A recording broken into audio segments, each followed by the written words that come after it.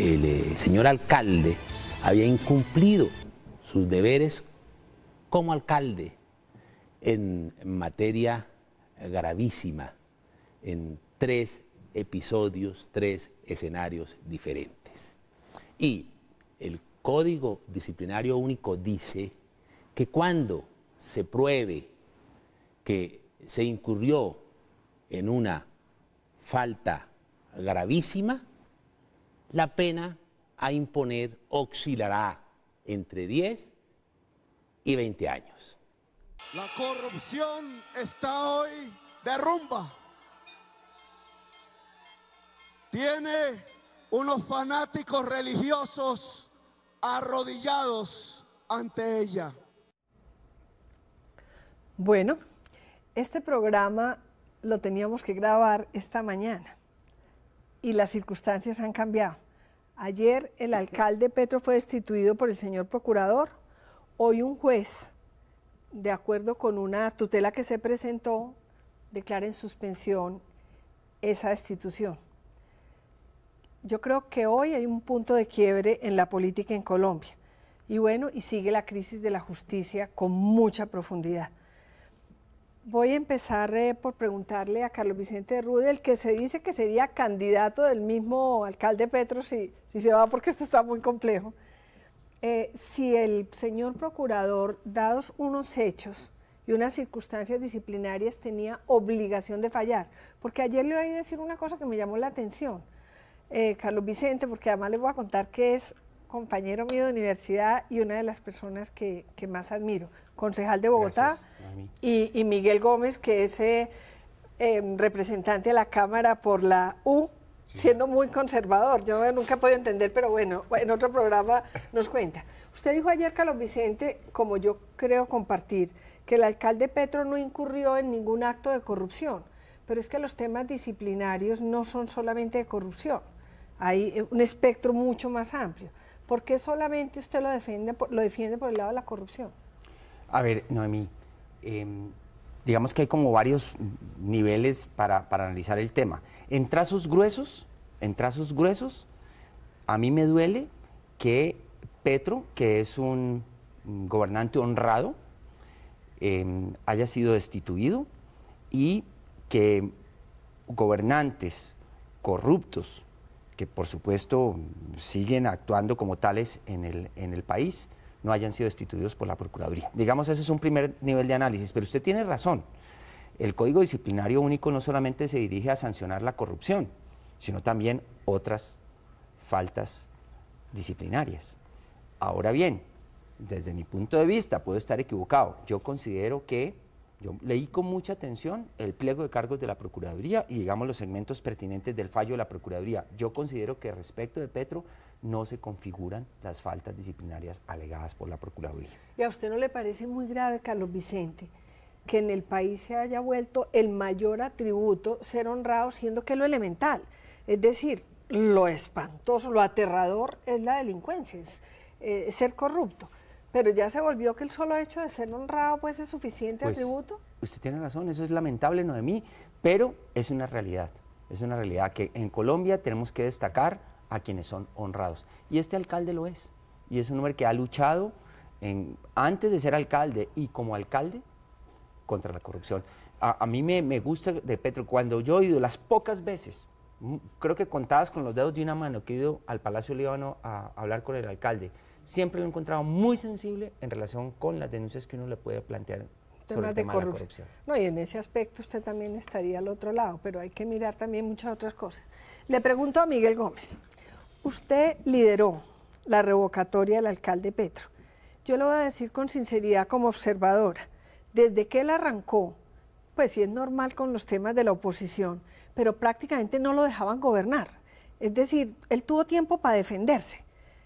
La ideología con que lo eligieron, la mayor de las minorías, digámoslo así, pero no hubo un empecinamiento, no hubo como una obstaculización de su gestión muy profunda por el tema ideológico. Yo diría lo contrario. Tuvo un primer año que cerró con broche de oro con la crisis de las basuras, que es la que lo llevó a la destitución. Y en eso discrepo el concejal de RU. las fallas son objetivas. Objetivas es que en 15 ocasiones, diferentes instancias, no solo del gobierno, incluso gente del gobierno, gente de la empresa de Acueducto de Bogotá, instituciones de supervisión, le dijeron, usted no puede hacer eso. Y a pesar de que le advirtieron, procedió a hacer ese desmonte acelerado, atropellado, sin planeación pero él del tenía esquema. la convicción, No, digamos, sí, de acuerdo, pero puso en peligro, digamos, la higiene y la salud de los ciudadanos de Bogotá, a sabiendas de que no tenía la capacidad de hacerlo. Entonces la falta es gravísima, no porque él se haya equivocado en el esquema, sino porque él sabía que no tenía cómo hacerlo. Y a pesar de eso, por terco, por ideológico, lo hizo. No solo lo hizo, sino que 2 días después, ante la catástrofe que se produjo, dio marcha atrás y terminó contratando con las empresas que él mismo había descalificado. Entonces, la calificación de las faltas como gravísimas tienen que ver en la medida en que no es que sean involuntarias, él sabía que estaba incurriendo en esos riesgos y a pesar de eso lo hizo. Miguel, pero le pregunto. Entonces, voy al punto de si se dilató o no. Mire, ejemplo de dilación, lo que ha hecho con la revocatoria. Nosotros entregamos las firmas, si mi memoria no me falla, el 14 de abril del año pasado. Y a partir de ese momento, hasta la fecha, hemos sido bombardeados por todo tipo de acciones legales que impidieron que la revocatoria se llevara a cabo. Entonces, el que es bueno para obstaculizar es él. Y lo que estamos descubriendo hoy fue que frente al primer fallo de la registraduría, se interpusieron 300 y pico de tutelas contra el fallo. Una de ellas es la que hoy el juez tomó la decisión de Miguel, pero ahí suspender. voy al tema de fondo. Él utilizó todas las herramientas que el Estado de Derecho le da, pero el Estado de Justicia de Colombia es una calamidad. Es decir, ¿qué estamos viendo? Estamos viendo la decisión con competencia de un procurador, porque competencia la tiene para tomar la decisión que tomó o no, Carlos Vicente. Pues esa es otra discusión, obviamente, pero académica. Bueno, pero es una discusión académica válida. Entonces, pero en la práctica no, él tiene la competencia de hacerlo. Pero todos los días está pasando en Colombia. Entonces, la crisis de la justicia en el fondo es demasiado profunda para resolver este tipo de casos porque ¿quiénes se está afectando? La ciudad. Y el fiscal también interviene en el proceso diciendo que no le parece que la suspensión se pueda aplicar. En fin, hay una cacofonía de intereses y de voceros del sistema judicial, de los operadores judiciales, de tal magnitud que nadie sabe qué es lo que está sucediendo. Sí. Entonces, en esta inestabilidad, naturalmente las instituciones pierden prestigio y se van deteriorando rápidamente porque la gente no sabe quién tiene la razón, le da la impresión de que esto es como un juego de ping-pong, que la bola va para allá y va para acá, y en cuestión de horas todo cambia, ¿no? Exacto. Las cosas cambian. No, pero quiero hacer un comentario sobre el presunto dolo de Petro que quienes lo alegan sustentan en el hecho de que varias autoridades le dijeron que lo que iba a hacer en relación con las basuras no era pertinente o era ilegal, ¿sí? Yo conozco los pronunciamientos de esas entidades que le dijeron, ojo, usted no le puede entregar eso a una empresa pública, ¿sí? Violaría los principios de la libre competencia, violaría principios de la contratación administrativa. Recuerdo haber leído varios de esos conceptos, entre otras cosas unos de la Superintendencia de Servicios Públicos Domiciliarios, de la propia Procuraduría, de la CRA, etcétera.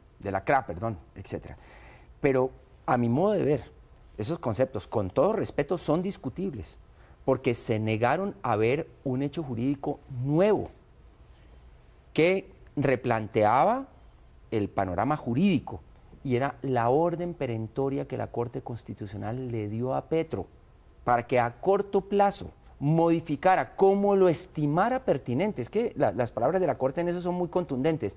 Modificara el esquema de manejo de la basura en la ciudad. Carlos Vicente, le hago una pregunta. O sea, fue muy contundente la Corte en decirle, modifique ese régimen es una pregunta no de manejo jurídica, de la basura. No jurídica.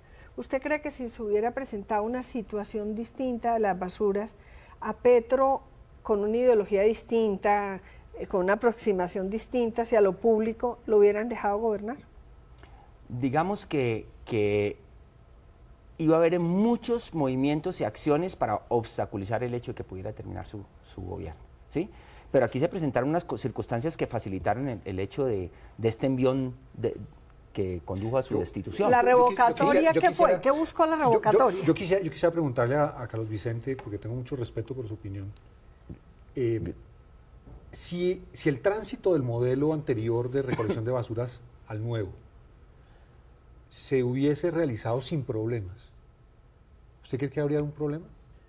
No habría. Sí, disciplinario ninguno. Ah, no, yo estoy de acuerdo. Entonces, No, pero la el hecho evidente, es que hubo un problema Miguel, en serio, claro. O sea, que la administración no estaba preparada. Miguel, pero le hago a usted una pregunta. Sí. La revocatoria que usted invitó a los bogotanos a que hiciéramos del mandato de Petro, ¿fue por el tema de las basuras o fue un tema porque usted y los que pensaban parecido consideraban que Petro no debería seguir gobernando la ciudad? Realmente lo que estalló el proceso a finales del año antepasado fue el tema de las basuras. Ahí fue que tomamos la decisión de... Sin el tema de las basuras, ¿usted nunca hubiera pedido la revocatoria? Yo creo que es muy difícil hacer una revocatoria si el alcalde lo está haciendo medianamente bien.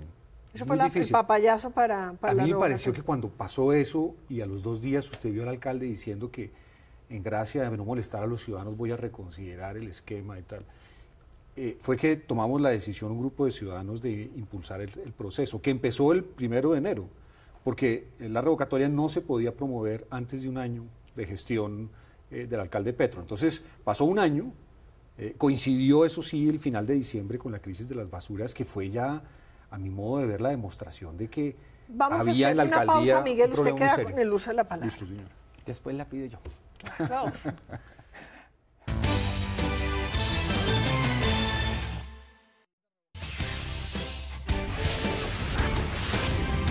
A ver, Miguel, pero nosotros los que nos ha tocado por privilegios de la vida conocer de cerca Europa, por ejemplo, todos estos paros de basuras que hay con tanta frecuencia Madrid, que duran 20 recientemente. No, pero es que es días, un paro, una cosa es un paro, esto pero es una cosa también, completamente distinta. pero Bueno, también discusiones sobre el tema. sí, pero es distinto. Aquí el se esquema quiso de hacer basuras. una chambonada. Lo que se hizo fue una chambonada y se hizo con el consentimiento y la advertencia de que iba a pasar eso.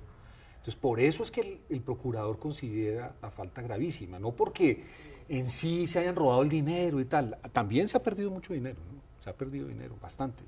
Y el modelo sigue siendo un modelo financieramente muy cuestionable, pero esa es otra discusión. Aquí lo que pasó fue que hubo un funcionario público cuyo deber es naturalmente administrar razonablemente la ciudad y proteger a sus ciudadanos, que a sabiendas de que no iba a administrar bien la ciudad y no iba a proteger a los ciudadanos, hizo y tomó unas decisiones que eran inconvenientes e inoportunas. Si él hubiera preparado bien el esquema y hubiera ido una transición normal, no había pasado nada. Carlos no había pasado Vicente, nada. entonces, si lo de las basuras no hubiera ocurrido, ¿usted le parece que la gestión del alcalde Petro era buena? No, a ver, Noemí, yo creo que la gestión de Petro presenta muchas falencias gerenciales y operativas, ¿sí? Pero sus apuestas gruesas son acertadas. Su plan de desarrollo es un buen plan de desarrollo. Las medidas si usted es candidato, gruesas ¿seguiría que ha tomado, con ese plan, con ese mismo plan bueno, de desarrollo? es que tocaría hacerlo, porque acuérdense que es una ley, entre comillas, para la ciudad, ese plan de desarrollo para todo el cuatrenio, y rige hasta el 31 de diciembre del 2015. Quien llegue allí, del partido que sea, tiene que seguir aplicando ese plan de desarrollo. Es un buen plan de desarrollo. Y pero las medidas... a ver, es cómo se hace para castigar. O sea, el procurador, ¿qué competencia tendría o la Contraloría en caso de que ese plan, que es un plan de desarrollo, no se aplicare por quien lo reemplace? Muy buena pregunta. Sería... Porque eso no está en el código. En ese código disciplinario que tenemos, no, por supuesto, es apartarse del cumplimiento de la ley. Eso va para cualquier cosa. Es que ese código disciplinario es súper laxo, súper abierto, súper indefinido. ¿Qué pasa estaría con la justicia? estaría incumpliendo las normas pertinentes. ¿sí? ¿Cuáles normas? Las normas que lo obligan, es un acuerdo de la ciudad que lo obliga. Por eso es lo grave, que aquí Es un acuerdo que lo obliga. Al alcalde que llegue lo obliga ese plan de desarrollo. Pero con el plan de desarrollo el presidente de Santos no está gobernando. Fue aprobado por todas las fuerzas políticas del Consejo. Todas apoyaron ese plan de desarrollo. Es ley para la ciudad. Le hago una pregunta, Carlos Vicente. La política.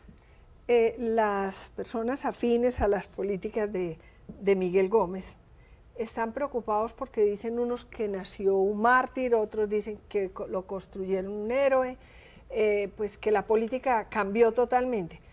Petro y la decisión que se toma en derecho va a tener una influencia política respecto a la izquierda en Colombia. Por supuesto. ¿En qué sentido?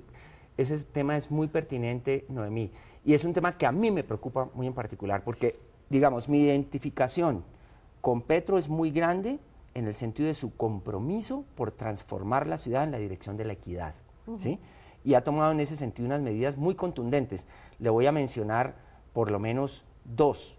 El agua, el mínimo vital para los estratos 1 y 2, ¿sí? Y una política amplia de subsidios, sobre todo para el transporte público, que tiene un gran impacto en los hogares populares pobres, ¿sí? Y le podría mencionar otra serie de medidas. ¿Y por qué le preocupa entonces que tenga efecto político? Porque la lucha por las transformaciones, desde una perspectiva de izquierda, por transformaciones a la equidad puede tomar muchos caminos. Uno es, digamos, una socialdemocracia, ¿sí?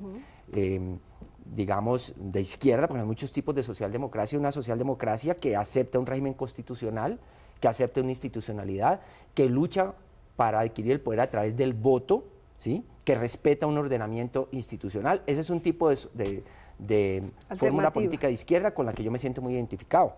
Pero hay otras modalidades. Hay la lucha armada que por fortuna en Colombia ya es un camino cerrado y en eso Petro ha sido súper contundente. No nos le jugamos a la violencia. Pero hay todo este camino chavista, ¿sí? De construir la figura de un caudillo relacionado con unas masas populares más o menos informes, que rompe con una institucionalidad, por ejemplo, con la división de poderes, etcétera. Entonces, en tanto la izquierda vea que no hay espacios para la construcción de un ejercicio de transformación hacia la igualdad, hacia la justicia social, como ese que yo he calificado de socialdemócrata, digamos, de profundidad socialdemócrata, entonces va a buscar ese otro camino. Pero y tenemos los modelos muy cerca, tenemos al chavismo.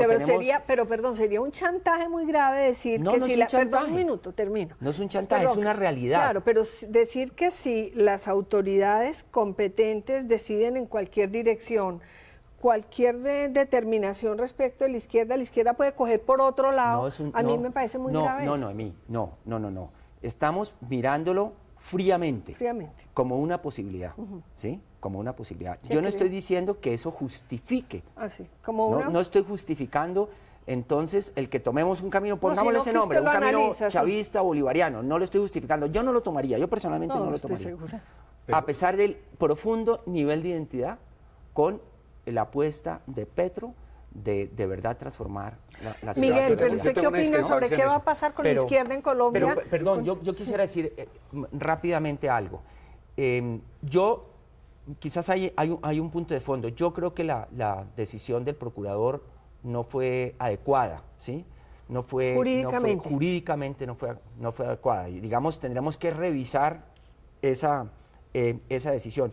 Y rápidamente les voy a decir un par de cosas. Lo que va a resultar de esto va a ser bueno para la ciudad, Noemí, porque vamos a tener un esquema que es el adecuado. El anterior era malo, era un oligopolio, 4 grandes empresas que ganaban utilidades superiores a las razonables, que tenían unos contratos desequilibrados para la ciudad, en un esquema tarifario que a ellos se les pagaba por llevar más basura al relleno. Pero en la política, ¿qué va a cambiar? Yo creo, Noemí, que contrariamente a lo que dice Carlos Gustavo, Carlos Vicente, perdón, Petro le ha hecho retroceder a la izquierda en su espacio político, porque ha vuelto a despertar el fantasma de que la izquierda no es buena para gobernar, que son buenos para criticar, que buenos para la oposición, pero que ellos cuando tienen la capacidad de ejercer el poder, no lo hacen bien, no tienen equipo, no tienen gente. En el caso de Bogotá, más de 25 altos funcionarios de la administración han salido en 1 año y medio. O sea, el caos administrativo es total. Entonces a mí me parece que lo que la izquierda lentamente había ganado, que era el espacio de que se puede tener una izquierda. ¿Qué le pareció de la medida del agua que defiende Carlos Vicente? Hombre, yo tengo sobre esas medidas el temor de cuando las cosas se vuelven derechos con cosas que son finitas. El agua es finita. Y regalar el agua, pues yo tengo mis dudas de si siempre... Y regalar las viviendas, que es lo que el agua ha defendido. También, pero es que me parece que uno no puede regalar cosas que se van a acabar. porque el día que se acaban, la gente va a decir, prométicos que yo tengo un derecho. ¿Y los subsidios al transporte le parecen buenos o malos? Esos subsidios... En todos los países, los desarrollados, usted sabe, Miguel lo sabe mejor que yo, el transporte público masivo tiene subsidios. Sí, tiene subsidios, tiene su reserva, a mí me parece que está aplicado en unas horas donde no se benefician necesariamente los más pobres. Porque está... Eso sí, eso se puede discutir, tiene razón. Eso no es en las horas donde viajan los pobres. Y a los estudiantes también, y a los cómo se focaliza. Por eso, entonces, y la pregunta es si eso es realmente lo que la gente necesita o si esa plata se podría utilizar en otras funciones de impacto social mejor. Con la crisis de la justicia que estamos viendo, porque además acaban de decir por radio, no sé qué tan sustentado esté o no, que la esposa del juez que decidió la suspensión es funcionaria del acueducto, que sería muy grave. Pues por lo menos aparece como un problema ético. Formalmente no es un impedimento, ¿no? No, formalmente. pero es que la ética, acuérdese que está lo legal, lo ético, lo delicado, tantas cosas que repugnan a la administración sana, ¿no? Y entonces, la pregunta es, la justicia definitivamente hizo agua en Colombia. Es el gran problema que yo creo que tenemos en Colombia, cómo pensar en equidad sin tener siquiera justicia. ¿Cómo pensar en paz si no hay justicia? Bueno, entonces ahí voy y les pregunto a los dos. La guerrilla ha venido sosteniendo que se necesita una constituyente y parece ser muy difícil que todas las reformas que necesite el Estado se puedan hacer sin que haya una gran reforma constitucional o una constituyente. ¿Iremos en dirección de una constituyente? Noemí, yo lo voy a sorprender de pronto. Yo sí creo que nos hace falta una constituyente. Yo con todo la prudencia, yo creo que la Constitución del año 91 quedó desajustada. La prueba de eso es que ha tenido una reforma cada 4 meses. Una reforma cada 4 meses, desde que se fue promulgada. Es una Constitución de una enorme inestabilidad y realmente el marco institucional de nuestro país está en una crisis profunda. Yo no creo que eso se pueda hacer con un reparcheo, con 2 o 3 leyes. Yo creo que en eso la guerrilla, cuando dice, bueno, si vamos a crear un país nuevo en el proceso de paz, lo vamos a hacer con las instituciones antiguas que han demostrado que no funcionan. Yo sí creo que nos tocaría asumir ese reto, que es un reto dificilísimo, pero al mismo tiempo una oportunidad para ver si, derivado del proceso de paz, que ojalá termine y termine bien, podemos construir un consenso nacional que nos dé estabilidad. Porque en esta inestabilidad en que por la mañana Carlos Vicente y yo vamos a un programa y decimos una cosa y por la tarde lo que hemos dicho no tiene ninguna validez porque ya cambió. Así es imposible que un país progrese y salga adelante. Bueno, sobre la constituyente.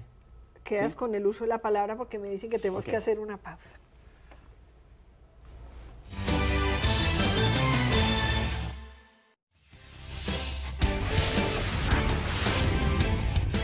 Carlos Vicente Ruth tenía la palabra. Sí, sobre el tema de una constituyente. Miren, la Constitución del 91 por supuesto que tiene muchos problemas. Pero y las reformas y las reformas que se le hicieron, pues algunas son desacertadas. Pero a mí me da mucho miedo lo que salga de una constituyente. Me da mucho miedo porque finalmente una constitución no es lo que uno quisiera o lo que uno pueda reflexionar por anticipado que debería ser. Es el resultado del juego de unas fuerzas políticas en unos escenarios muy específicos que son las asambleas constituyentes. Entonces, eso es una caja negra. Lo que pueda salir hoy de una constituyente en Colombia, pues no lo sabemos. Carlos Vicente, ¿usted cree que el Congreso colombiano puede reformar la justicia, la política, el tema de tierras, todo eso? Hay un camino quizás para eso, es que habría que preparar unos consensos fuertes previos a una asamblea constituyente, ¿sí? Que hubiera, como lo decía el doctor Álvaro Gómez, unos acuerdos sobre lo fundamental, previamente trabajados por fuerzas políticas, sociales, etcétera. Pero una vez que salimos corriendo a elegir unos representantes del pueblo para que conformen la asamblea constituyente, ahí se impone la dinámica, ¿sí?, interna del voto en el interior, con unas fórmulas cocinadas con toda la rapidez del caso. Y vuelvo a insistir en eso, usted lo ha vivido en el Congreso, lo que puede salir de eso puede ser nefasto. Pero la del 91 tenía miles de riesgos y sin embargo... ¿Y qué nos garantiza que va a salir mejor en una nueva asamblea constitucional? Oye, habría que trabajar acuerdos previos. Pues sí, es que hay unos temas que no hay que ajustar, sobre los que creo que hay bastante consenso, digamos. esta estructura, digamos, muy enfocada a los derechos que tiene la Constitución del año 91, pues eso hay que tratar de protegerlo y ajustarlo. Está el tema de la tutela, que es una ganancia inmensa que tuvo la Constitución del año 91. Yo creo que sobre eso sería muy difícil que una asamblea constituyente diese marcha atrás. Pero en cambio los temas del ajuste institucional, de cómo operan las instituciones. Mire, es que terminamos el año con esa pelea entre el Contralor, la Contralora y el fiscal. No, pero mire, las regalías, la justicia, los temas territoriales, la reforma a la política, ¿quién la va a hacer? Por eso es que la discusión sobre si el proceso de paz es simplemente un acto de gobierno de Juan Manuel Santos o el inicio de una nueva etapa histórica de esta sociedad, requiere que repensemos todo y no le tengamos miedo a eso. Me parece que veo curiosamente al establecimiento y especialmente a la izquierda muy reacia a ese tema. Me llama mucho la atención. Hay mucha gente que reclama como bandera la constituyente. Gustavo Petro, por ejemplo, hace unos días dijo que yo soy partidario, por supuesto, de una reforma institucional, pero digamos trabajada previamente, buscando consensos de fondo entre fuerzas políticas, gobierno, academia, sociedad civil, y no llegar con un plazo de 3 meses, por ejemplo, para que opere una asamblea, a lo que pueda salir de esa caja negra. Eso me da mucha Para idea. cerrar el programa, pero ¿ustedes creen entonces que el proceso de paz se firma Yo soy optimista. este año? Pues yo creo que el gobierno está haciendo todo lo que puede para convertir eso en su bandera. ¿Electoral para la reelección yo o creo en su que el bandera gobierno de quisiera que fuera antes como de la responsabilidad histórica. Como responsabilidad histórica. Las dos cosas se mezclan Las ahí, dos. pero por supuesto que es un tema de responsabilidad histórica también. Lo que resulta muy curioso es que de verdad las fuerzas llamadas de derecha en Colombia están más identificadas con la necesidad de una asamblea constituyente que las fuerzas de izquierda y de centro. Bueno. Hay como unas cosas raras, percepciones raras y esperamos que mañana pues las realidades sean más claras, porque la confusión que puede afectar mucho la ciudad de Bogotá y su gobernabilidad es muy grande.